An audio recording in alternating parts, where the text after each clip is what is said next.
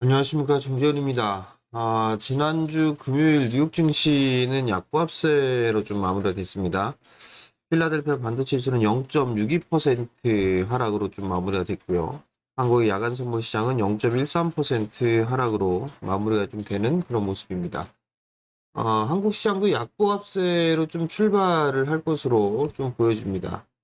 일단 부채 한도 협상이 좀 잘 될 것으로 좀 예상을 했었었는데, 다시 논의를 좀 중단하겠다라는 그런 얘기가 좀 있었죠. 이러면서 다시 이제 불확실성을 좀 키우는 그런 모습들을 좀 보였습니다. 자, 오늘 22일부터 다시 논의를 시작을 한다라는 기사가 좀 있었습니다. 그렇기 때문에 부채 한도 협상은 좀 여전히 좀 진행형이다라고 좀 보셔야 되지 않을까라고 좀 보여지고요. 이 부분들이 조정에 좀 빌미를 좀 제공을 할 수 있지 않을까 이렇게 좀 보여집니다. 그럼 결국은 뭐 조정 시에는 매수로 좀 대응을 하는 그런 전략이 좀 좋지 않을까라고 좀 보여지고요.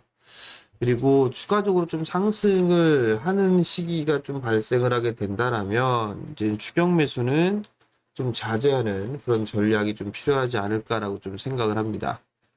미국 시장의 좀 지수를 보게 되면 나스닥 시장은 여전히 좀 갈자리대는 좀 남아있는 그런 상황들이에요. 한 13,000포인트대 이 정고점, 작년 7월달, 8월달 나스닥 시장의 고점 자리대까지는 열려있는 그런 상황이다라고 좀 보시면 좋을 것 같고요.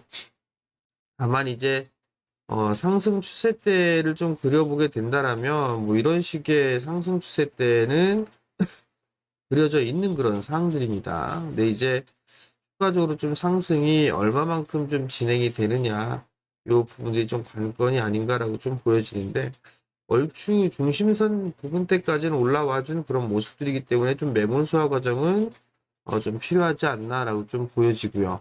S&P 500 같은 경우도 뭐 전고점 권역에 매몰 수화를 좀 진행하고 있고, 다우지수 같은 경우도 일단 상단 자리대 좀 부딪히고 있는 그런 모습들을 좀 보여주고 있습니다. 다만 다우지수가 조금 더 약한 그런 모습들이 좀 보여지고 있죠.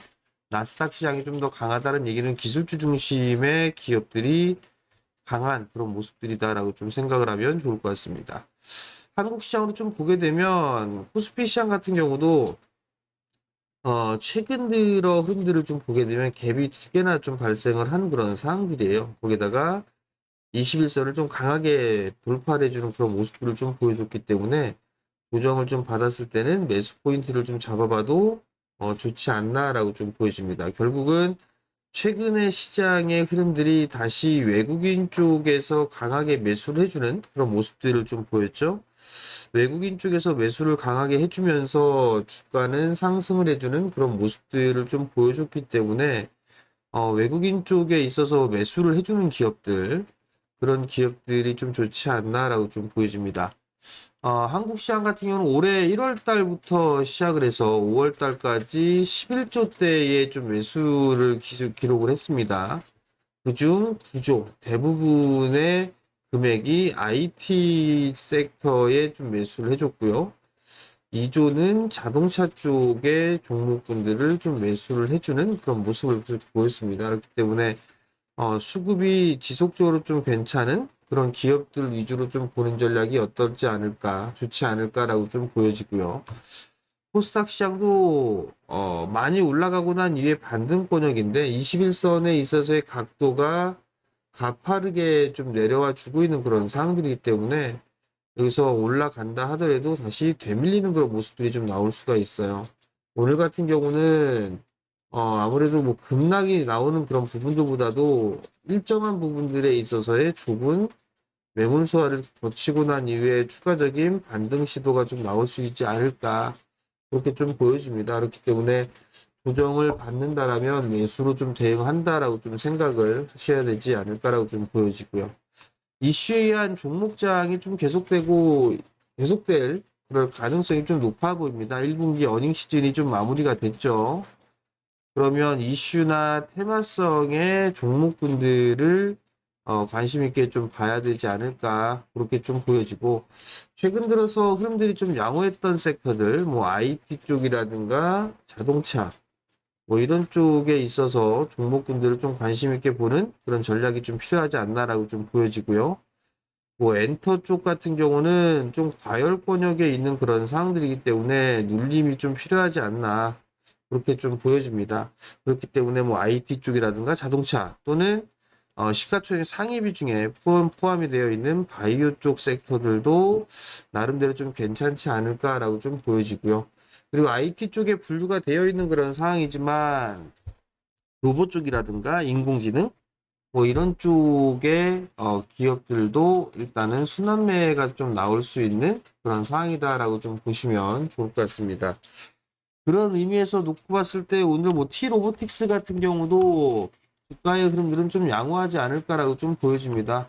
안정으로 좀 봐도 좋을 것 같은데 수렴 과정을 좀 거치고 난 이후에 변곡 부분이에요. 일단 위로 돌파를 해주는 그런 흐름들이 좀 나오지 않을까라고 좀 보여지고요. 최근 들어서 4월 달에 대량 거래가 터지고 난 이후에 거래량이 좀 줄어드는 그런 모습들을 좀 보였으나 지난주 금요일 날 좀 늘어나는 그런 모습들을 좀 보였었고요.